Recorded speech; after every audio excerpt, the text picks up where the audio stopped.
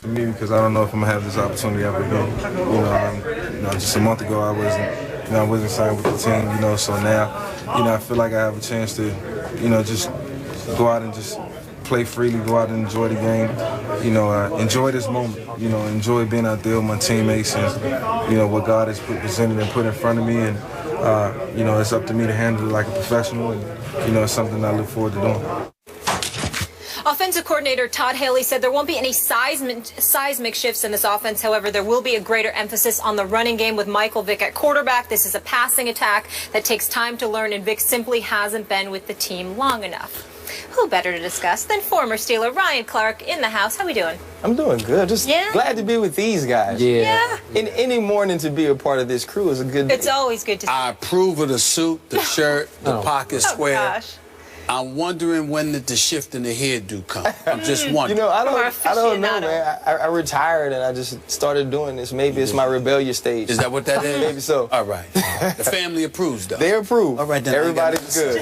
Just a renegade over there. All right, Ryan, always good to see you. How far can this Steelers team go with Michael Vick as their quarterback? Well, the thing is, hopefully they don't have to go very far. They're saying 4 to 6 weeks, planning for 6 weeks. You look at the games they have on the docket. The Ravens are early on Thursday, which I think bodes well because you don't know what Pittsburgh Steelers team is coming out. I look at the next 6 games. You have the Chargers, Cardinals, Chiefs, the Raiders, and the Bengals. I think they split those games, and if he plays extremely well, if they figure out the ways to use him in the right way, they can win 4 of those games. This team is ultra talented on offense, and I ended up not picking them to make the playoffs, and I'm sitting at home the last 2 weeks like, hey man, you're pretty dumb. Because they were just so explosive. Le'Veon Bell. Didn't you do it on this show? Right on this show. That's what I thought. They killed me. They hate me in Pittsburgh right now. But you watch Le'Veon Bell.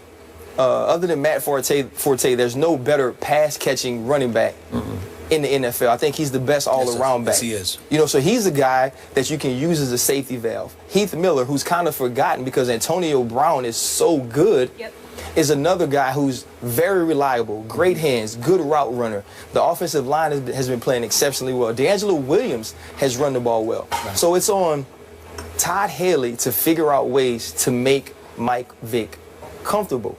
Don't make him do the old Mike Vick things, because every now and then, and we all do it, you get a little older and you remember the golden days when you used to run past people and you had 4.3 speed and you ran with the ball loosely, and you get back into that.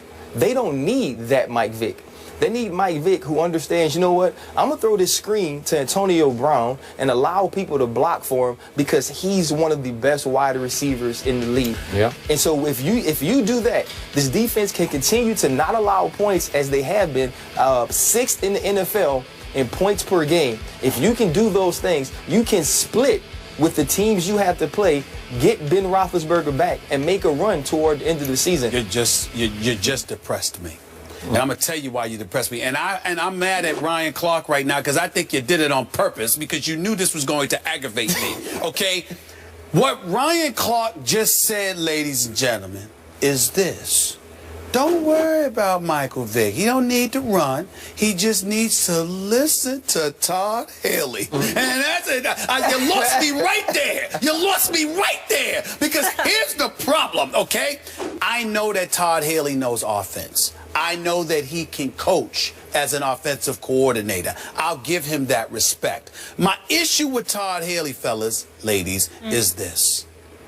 Just when things are going right, he'll get adventurous and screw it up because he wants to prove that he's head coaching material. And with somebody like Michael Vick, he'll do it even more. He'll do it even more because let's be real about something with Michael Vick.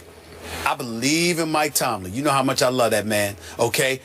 I'll ask you about Keith Butler in a second, but I'm looking and I can't help be reminded about Michael Vick's completion percentage. Look at these numbers. 59, 58, 54, 50 last season he played. He started 3 games, played in 10, only completed 52.9% of his passes. How many times have I said to you, I saw the brother get hit in the ribs and grab his head? I mean, he's punch drunk, and I'm scared for him because I love me some Michael Vick, and I believe in his ability, but not his durability. And I'm saying, I got to Ryan Clark is up here basically telling me I got to rely on Todd Haley to protect them. I don't believe that's going to happen. I'm telling you, I watched Todd Haley when Ben Roethlisberger was not playing. Le'Veon Bell's first game back in his rookie season go to the Wildcat, something they had never done. Now you have D'Angelo Williams. He understands I have talent. But won't he get hit more on the Wildcat? No, when you bring the Wildcat, he's playing receiver. Or he's sitting over there with Mike Tomlin where you want him to be anyway because he's not durable. Yeah. So I'm telling you, they will find ways. You can't have this many playmakers and just mess it up. What can Mike Vick do? He can throw the deep ball. Give him opportunity to throw the deep ball. Martavius Bryant comes back after this game. Yes. He's gotten behind defenders since he's been in the league. Yep. Antonio Brown, find ways to get him the ball early. Don't make Mike Vick have to figure this stuff out. I agree with that. I'm just scared. And you talk about I'm just worried that you talking can about he protect his completion Michael Vick from getting percentage hit? with the Jets. I know you're from New York. Nobody could complete a ball with I the totally Jets agree last there. year. I totally agree there. I understand that. But again, before the Jets, he was in Philly. It was 54.6%. 58%. I mean, come on now. He had Deshaun Jackson and those boys back then. We're sorry. Okay. Let's discuss quickly Mike Tomlin. You love Mike Tomlin. I mean, you believe in this man as much as anybody you've ever. He should coach there forever. He should coach there until he passes. You love you some Mike Tomlin. You know I love me some Mike Tomlin. So do I. Now I'm going to ask a tough love question. Mm-hmm. When he signed Michael Vick to be the backup in place of Landry Jones, was Mike Tomlin operating with his heart or his head when he brought him in? Because it might be a little more heart than head. Both, might but I'll be. let you explain. It is both. He's Okay. right. All right, because they're from the same high school, even in same region, right? Okay, so I was shocked that he brought him in. I was happy because I thought Michael Vick deserved one more shot that I do not believe he would have gotten with anybody but this man in this city. But he is as far from Ben Roethlisberger as you can get.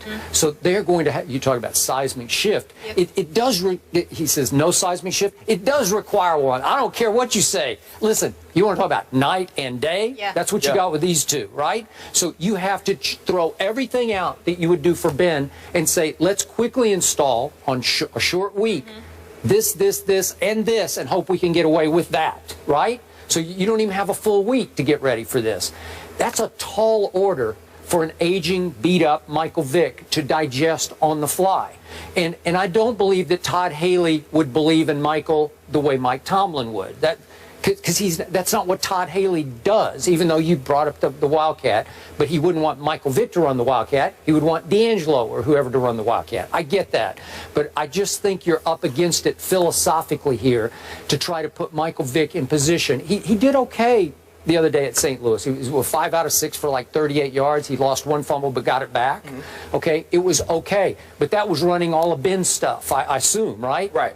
Okay, so can you do anything on the fly to put Michael Vick in position to beat your arch rival with Joe Flacco, who by the way, as you remember, I don't know what it is about Flacco at Pittsburgh. Plays well. He's won 4 times there and won a playoff game there. I don't know what it is. You faced him, right? Well, you know, in that game, obviously, the rivalry, it doesn't matter the records or where you play. You know, the Steelers go to Baltimore and win games, and Joe Flacco he's won games on me late in games. He has. Since he's been there. I remember a Sunday night game. You remember that? Yeah. Oh, but trust me, I was out there. Let's keep in mind, gentlemen, ladies, Lady, yeah. that bodies matter. You can sit there and bring up to rivalries all you want to. They only matter when guys are there to play. Suggs is out. That's a big deal. It is. It's a big deal. And when I look at Michael Vick, I'm going to say it again. I don't have questions about his game. I think he has the talent to get it done. My point is, what about when he gets hit? Can Todd Haley and the Pittsburgh Steelers prevent Michael Vick from getting hit? That is my concern. Michael Vick has to stop Michael Vick from getting hit. What's the cliche? Availability, the best ability. Right? In the league. So your PSA, I like that. Don't get too adventurous. That's right. That's the Steelers fan. Don't get too adventurous. Don't get too adventurous. Not Todd Haley. Crazy. And I don't trust that he can do that. I think Todd Haley, in the midst of a game, is out to prove that he deserves to be a head coach. That's my concern. Well, he already had a shot, right? Well, I know he did. I agree with you, but that doesn't mean he thinks he's finished. Okay. All right, let's move on to a little college football. Maybe this guy could be the next Le'Veon Bell. Leonard Fournette carrying LSU on his back, but will he carry the Heisman Trophy at the end of the year? Ryan Clark is sticking around to talk about his alma mater. He's a homer. He's a homer. You know it. This is